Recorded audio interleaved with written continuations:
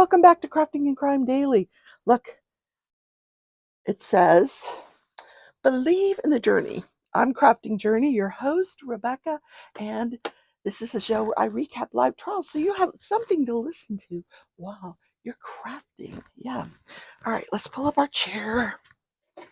Okay, so I'm currently working on my logo painting. I'll show you how far I got. I got the daily done, and it looks so good. It's upside down, but look. There's her dress, the gnome's dress. Stunning. Okay, so we're currently covering the trial of Thomas Randolph. The state of Nevada is trying Thomas Randolph for the second time for the murder of his wife, Sharon Randolph.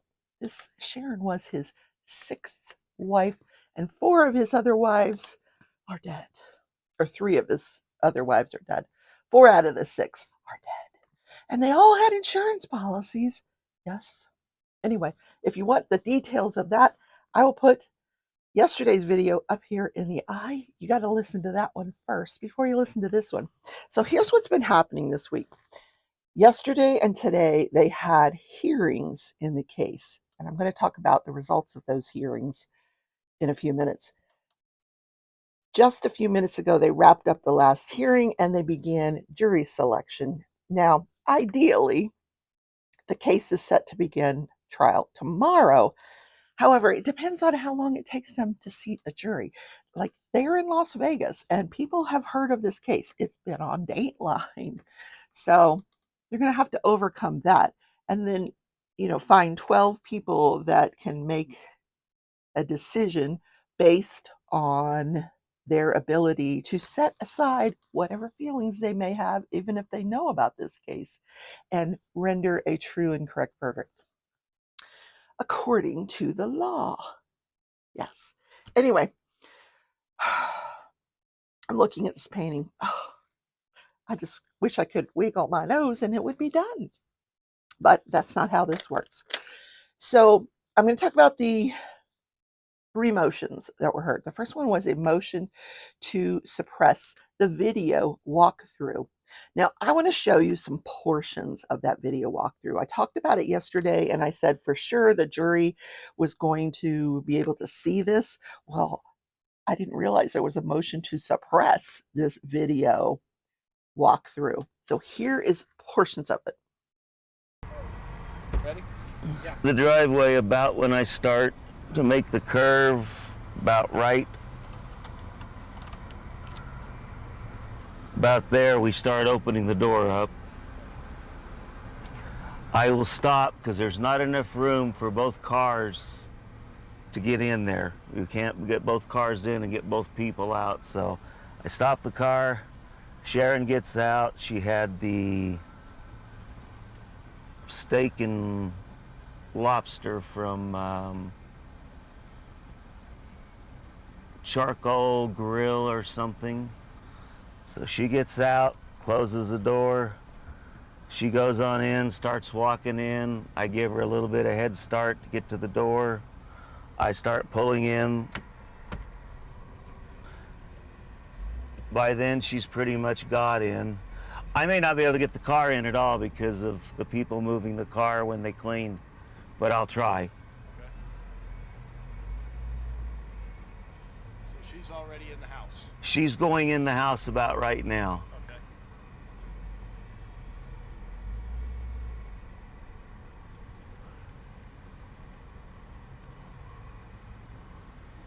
I'm not going to be able to get out of the car, so I'm going to have to move the car over. I can't get out. That's fine. You can just do the best you can. Well, I actually start shutting the door as I get in.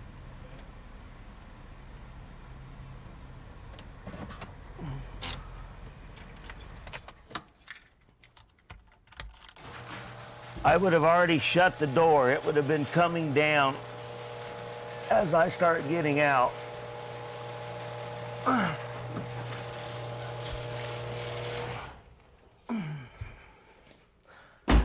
This is about how close it was that night, so that's probably...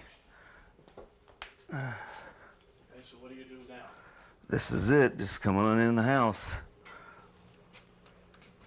Now this door was closed, so I open it up. I get right here and Sharon's laying in the floor, face down. Her head's just barely, I mean, barely in the bedroom, if that. And I stopped right about here. I had the door. Said, Sharon! Sharon! And I seen the bag from charcoal steak or whatever, and it's really a bright red. And this hall light wasn't on at the time. So it was just like this? Just about like this, and I turned the light on myself as we got in. And I could see that red thing, and it was up underneath her, and I thought it was blood. I thought that was blood then. And I started to get nervous about backing off, and I actually came to the door, and I touched it, and then I stopped and put it back down because I thought, nah, I was going to go get a neighbor, and I took something like that.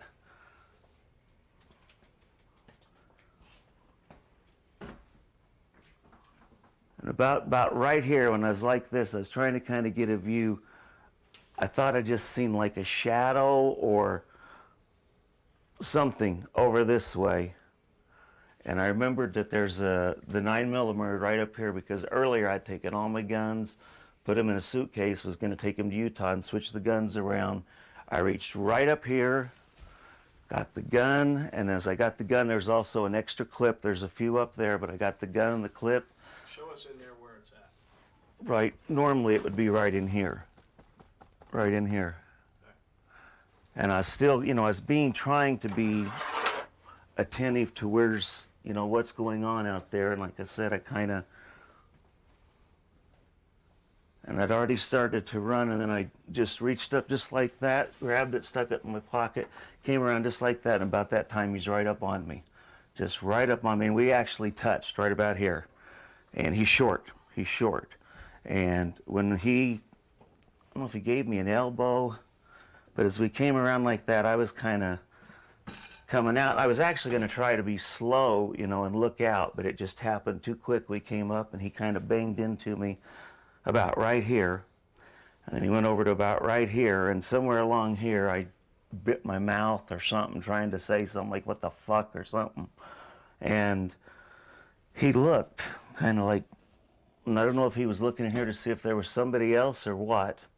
And there was he had on a sweatshirt, and I don't remember if I seen the handle in the sweatshirt, if I seen the handle down his pants, but he was doing something, going for something down in here. And as we got up in here, and he kind of rushed up on me a little bit, and that's when I just pushed him, boom, boom, boom, and he started going out toward the shed. I don't know how many times I shot him, but I just kept right on going. Boom, boom, boom. And he's just laying there. And I look back, because then I'm trying to make sure everything's cool. Kind of stepping back like that. And about that time, I heard the really, really loud noise. And what had happened is, I guess he had hit the refrigerator and help me here, the fire extinguisher. The fire extinguisher fell down. I didn't know what it was, but it made a loud clunk, and I was kind of, like I said, I was kind of looking back, because I don't hear well, and I can't tell depth perception, anything. And when I heard the noise, I was kind of, like I said, backing up and kind of trying to make sure there's nothing else going on. And when I heard that noise, it really did scare me, and I, boom, boom! Except the door didn't come down. It had stayed just like it was open. And I actually got close. Boom, boom! And I don't know if I shot him once, I shot him twice, and then started coming back down this way. He wasn't moving. Some noise. Come back down this way. And being real, just, Sharon? And she's not.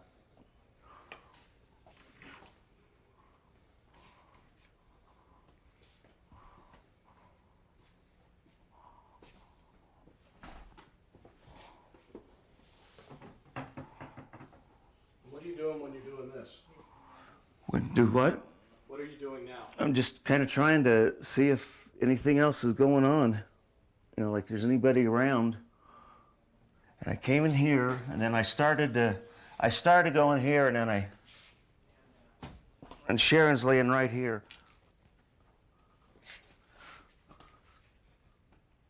And I think I turned this light on then. Turned that light on.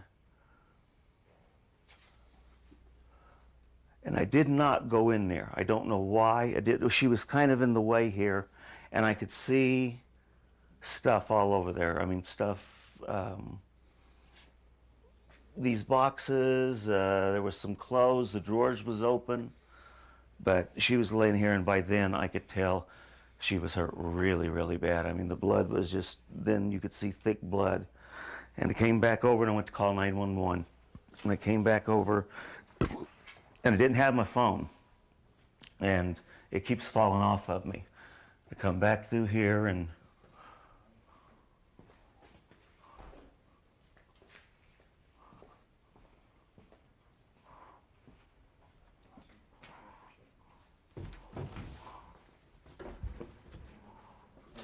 just kind of, just didn't know what to do and just kind of looking around.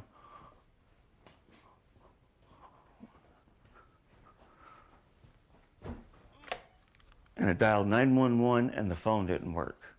And I remember saying, fuck, what a time for a Vonage to go out. And I stuck the phone in my pocket and I thought about Sharon's cell phone. And I looked around because sometimes she sits it on the purse, on the table. So I don't know how long she'd been because I was for a minute letting the door come down and listening to the song. Looked on the table, came back out.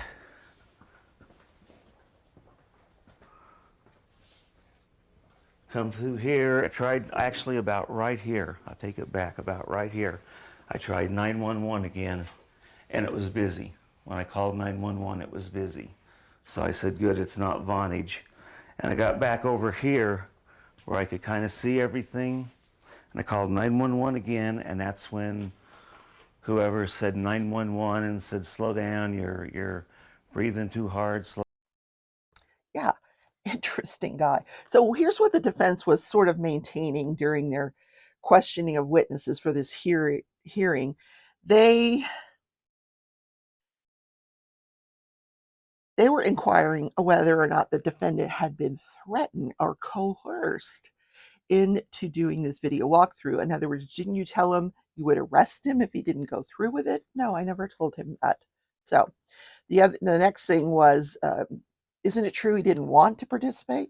No, he said he would participate. He showed up with his brother. Well, hadn't he been drinking? He didn't exhibit any signs of being under the influence of anything. He was answering questions. He was, maintaining a dialogue. You can see during the filming that, he doesn't appear to be under the influence of everything. He just appears to be an oddball, just an oddball. So they argued that motion, and the judge ruled against the motion to suppress. She is going to allow the video walkthrough to be shown to the jury. One victory for the state. Then they were talking about whether or not one of the witnesses should be excluded. So they brought that witness in. He's from Indiana. They flew him in. This guy, he's got a prison record. He is maintaining that anywhere from 25 to 50 years ago, he doesn't remember when, he was solicited by Thomas Randolph to kill one of his wives. He doesn't remember which one.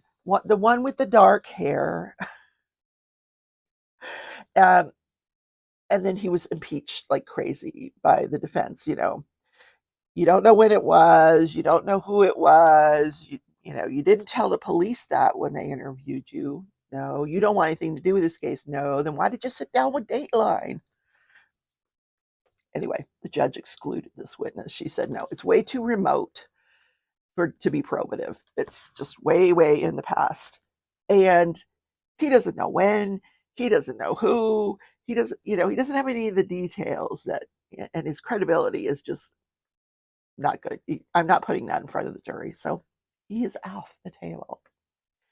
Now, I don't know what this state is going to do now in order to prove this as a conspiracy. He's charged with conspiracy to commit murder, conspiring with Mike, the guy that he killed, yeah, to commit murder.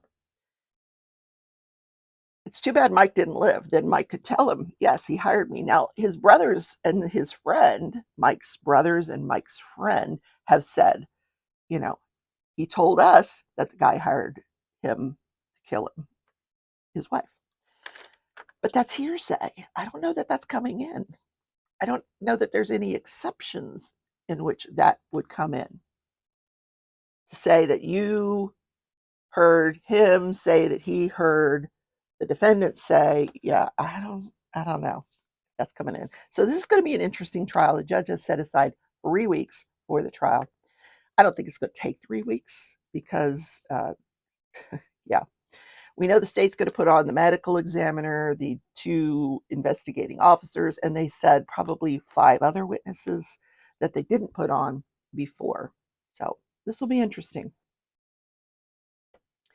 Then the last thing that was decided this morning is both sides, the prosecution and the defense, entered into an agreement called a penalty waiver. And what that is that Thomas Randolph has indicated to the judge he does not want a jury trial for the penalty phase of this case.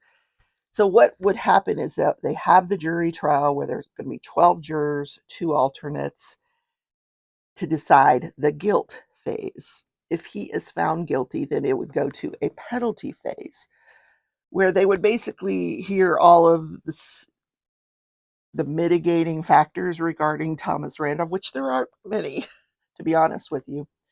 So he has said, no, I would rather that the judge make that decision. Life in prison without the possibility of parole or the death penalty. So now the judge is going to decide if he's found guilty during the guilty phase. They're going to dismiss the jury. She's going to hear whatever evidence there is regarding aggravation and mitigation from both sides, and then she's going to make the decision. I don't want to be in that seat. I really don't. But keep this in mind. Now, she knows everything this guy's done in the past. She knows. The jurors don't know. It might have been a mistake on his part. Might have been. She knows what his motive was. It's life insurance. Yeah. In any case, that's going to be it's going to be an interesting trial, nonetheless. Then we had another case yesterday out of Kansas. So this kind of caught my eye because I'm in Wichita, and this was out of Wichita, Kansas. It's actually in a little town called Wellington that's outside of Wichita, but they brought it over to Wichita, the courthouse. So I wish I'd gone. If I'd known about it, I would have gone. They were on, this was a hearing, and it was a stand your ground hearing. They have a stand your ground law in Kansas, which means if you believe that your life is being threatened or your child's life is being threatened and you're in a place where you're supposed to be, your home, and someone is doing that to you, you have a right to shoot them. Okay? So this woman, Ashley Pearson, she's going out with this guy named Kyle Hill. And they're living together, and Kyle has beaten her up several times. She's clearly a victim of domestic violence for this guy. At the time this event occurred that we're all here for during this hearing, she had her jaw wired shut because he beat her up before this. Yeah. So he comes home. They've been drinking. They come home. He apparently gets very violent when he's been drinking. She takes care of her kids. He goes out with mom to have some more drinks. Then he comes back, and now he's in this violent rage, and he goes after Ashley. And her daughter, who's not his child, she wakes up, and Ashley says, let me go put her back to bed, because she thought he was going to go after the daughter, and he's not letting her. So she stabs him with a knife. I guess they made their way to the kitchen. She stabs him, and then she goes and gets her daughter and puts her daughter back to bed. And then she locks herself in the room. She calls his mother and says, "Please call 911. I need help." So the mother, knowing her son has this violent tendencies, calls the neighbor and says, "Can you go over and help her?" Then she calls 911. So even the mother knew how violent this guy could be. And Ashley said she was very, very much afraid for her child, that he was going to hurt her child. So she stabbed him. He dies. Now she's going to be tried for murder. Except, was she standing her ground? So at the end of the hearing, the judge says, "You know what? This is clearly a case of domestic violence." And he granted the motion. He said this was clearly a case where she was standing her ground, and I'm going to order her to be set free. Every now and then, a case goes the way it should go, and that's, yeah.